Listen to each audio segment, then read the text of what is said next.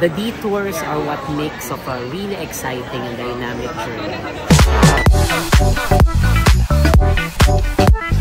Kung paano ko inaalagaan yung sarili ko, because I totally can relate to Delia in so many aspects. The self-doubts, the doubts of other people towards her, yung love of the family, love of her family and friends towards her.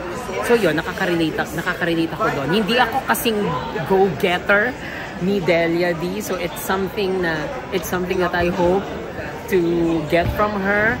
Pero nakaka-relate ako how she takes care of everyone she loves.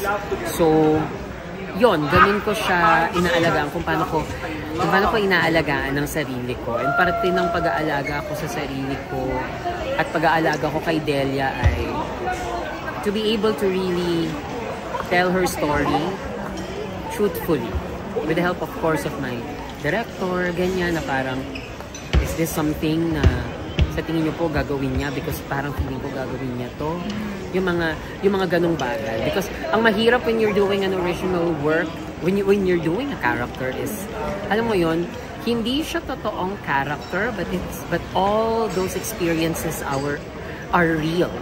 The experiences are real. These are souls that you are talking for a soul, kumbaga, na sobrang hindi pwedeng isang tabi mo lang na character lang naman siya. Hindi eh. It's all based on lived experiences. So, ganun siya ka-importante sa akin na ako din, maniniwala ako na kung gagawin ito ng character niya, papaniwalaan ko na yes, gagawin talaga yun ng character.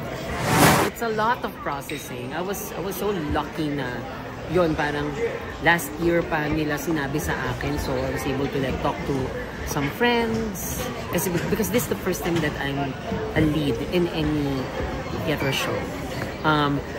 Ano lang, parang I'm just lucky kasi minsan yung mga shows na nakukuha ko, akala ng mga tao lead ako kasi I have a solo number, ganyan, pero no, I'm a featured character. It's just that siguro ng mga time na yun, I make the most out of the number that was given to me. So, nagbumukha siyang wow, parang ang laki-laki niya. And now, yun naman din yung challenge sa akin because I am in all of the numbers. I'm mostly on stage. So yun. So, yung pressure niya is different talaga. Pero, yung pinakamatagal na pressure niya, para sa akin, I realize it's selfish kasi mas akin lang siya. Ano yung nararamdaman ko? Pero hindi ko nakita yung mas malawak at saka yung mas malalim na reason kung bakit sa akin siya. Bakit kaya siya sa akin binigay?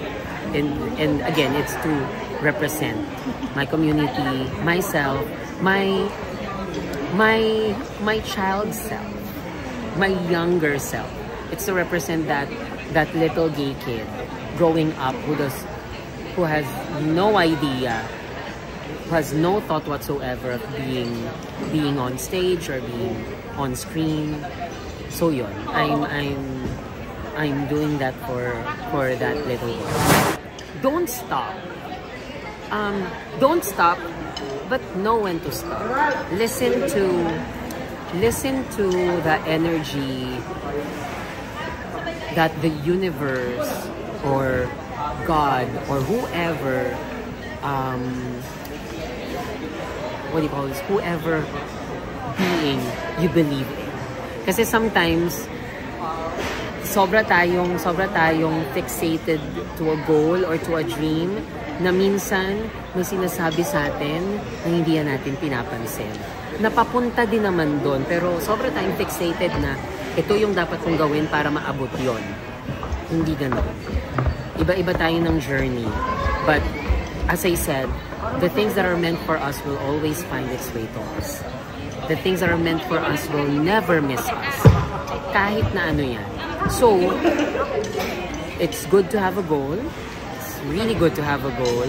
But also be open of those possibilities. Because that's what journey is about.